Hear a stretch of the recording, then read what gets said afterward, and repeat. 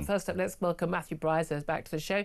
He's a former White House official, worked in the Obama administration and joins us right now. Good morning to you, Matthew.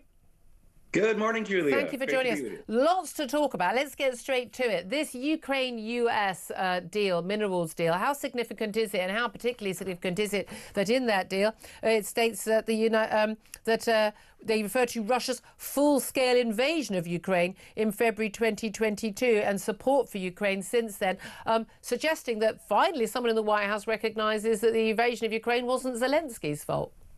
Yeah, exactly. So, who knows if this agreement will ever be fully implemented? Nobody knows what sorts of critical raw materials, what volumes are available, who will invest. But politically, as you're suggesting, this is a big deal. A, because of what you said, the Trump administration is now recognizing Zelensky didn't start the war. But B, what Treasury Secretary Scott Bessent said after the signing, he said this agreement is part of a U.S. commitment to a peace that maintains a free and sovereign and stable Ukraine. Putin's fundamental goal in invading Ukraine is to destroy Ukraine as a free, prosperous, and stable country. So strategically, it's significant.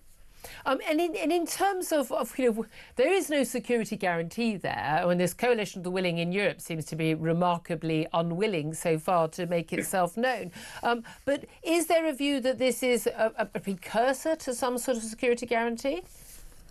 I don't think so. I mean, of course, Zelensky would love that. And I think one of the things that he fell out over with Trump and J.D. Vance, the vice president, back in their tumultuous meeting in February was that Zelensky is saying, I can't agree to a peace if there's not a physical U.S. security guarantee. The Trump administration's philosophy is that tying the two countries together on these sorts of investments is sufficient as a U.S. security guarantee, and now it's up to the Europeans to step up and provide those military security guarantees. And do you think that will be taken by Vladimir Putin as a sign that actually the US is moving closer to the European position on Ukraine and further away from Vladimir Putin, and that Putin may have overplayed his hand?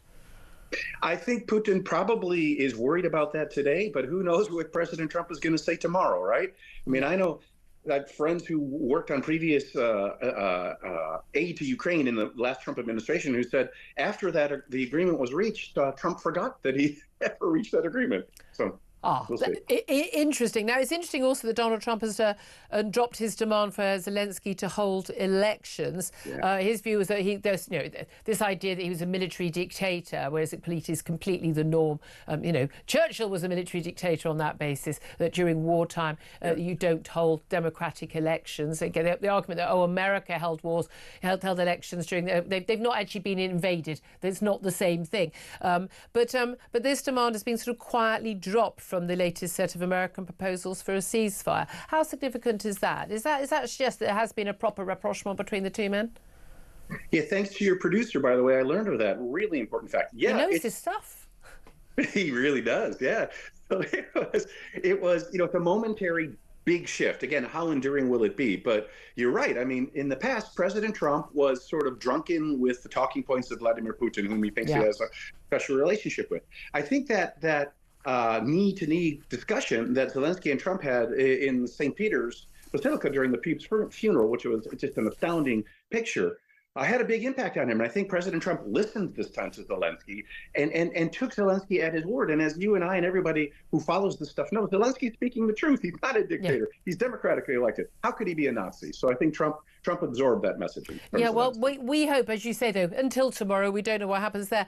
Let's talk about the latest statistics for the United States, though, because the US apparently risks being thrown into recession as the tariff trade war continues. Official figures showing that the economy shrank during the first 3 months of the year. Now, of course, bearing in mind, Donald Trump didn't take office till the 20th of January. He's blamed the Biden administration for that. We know there's always a lag on economic figures, but we also know there are some serious issues coming up ahead as an awful lot of the container ships that used to carry goods from China to America are no longer doing that. We've had a big change in the rules in terms of the price level at which tariffs come on from basically, I think it's about $800 down to zero. Everything is going to be facing those 145% tariffs now.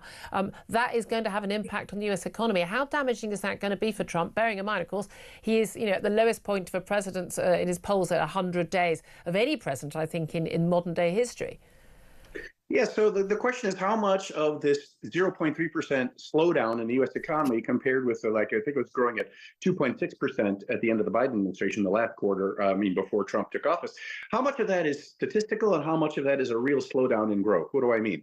There was a huge surge, a 40% surge in imports into the United States between Trump's inauguration and so-called Liberation Day when he imposed those tariffs on April 2nd. People were stocking up. Companies were stocking up to avoid the higher prices once the tariffs came into play. So the way basic GDP accounting works is you net out the imports that were brought into a country from GDP. Well, in following months after the stocking up has taken place, it's going to go down. It'll go down, and so you'll see an adjustment of the numbers in terms of GDP growth. But what's clear is U.S. companies are postponing investments because there's so much chaos in the tariff policy, and that must lead to some slowdown in economic growth. Yeah, I mean, that again, if America sneezes economically, the rest of the world gets a cold. We know that's certainly an issue. Let's talk about a trade deal. We spoke to Seb Gorka, a senior advisor to the president earlier the week, who's talking about Britain being, I think we eased it out of him, something in the region of the top 10 countries in the queue for a deal, the trade deal. But now we're told that UK trade deal could be put on the back burner. A big concern about the British Prime Minister Keir Starmer looking to sort of reset relations with the EU, possibly tie ourselves in with what's called dynamic alignment on rules with the EU, and that would make it much harder to do a deal with the US. Do you think that we are likely to get that deal or not? Well, first of all, based on my experience and having been involved with some free trade or trade negotiations, it's impossible in terms of staffing to do 70 deals. No, I think they're talking about 100 countries have been in talks. Or 100. Impossible. It's so hard to do one. So you want to be in the top 10, but I think inside the bureaucracies, they'll be looking for pretexts or reasons to say, let's put this one on the back burner because, Mr. President, you've got these other priorities. Yeah. So I think that is a risk. But, as we talked about before on your lovely show, the UK is beloved in the United States. Every president loves the UK. So they're going to want to do something in principle. But none of these agreements are going to be real free trade agreements. They're going to be agreements on basic. Here's my rule. You don't get to come and see the king unless we get a trade deal. Simple as that. Matthew Price, great to talk to you. Thank you so much, former White House official.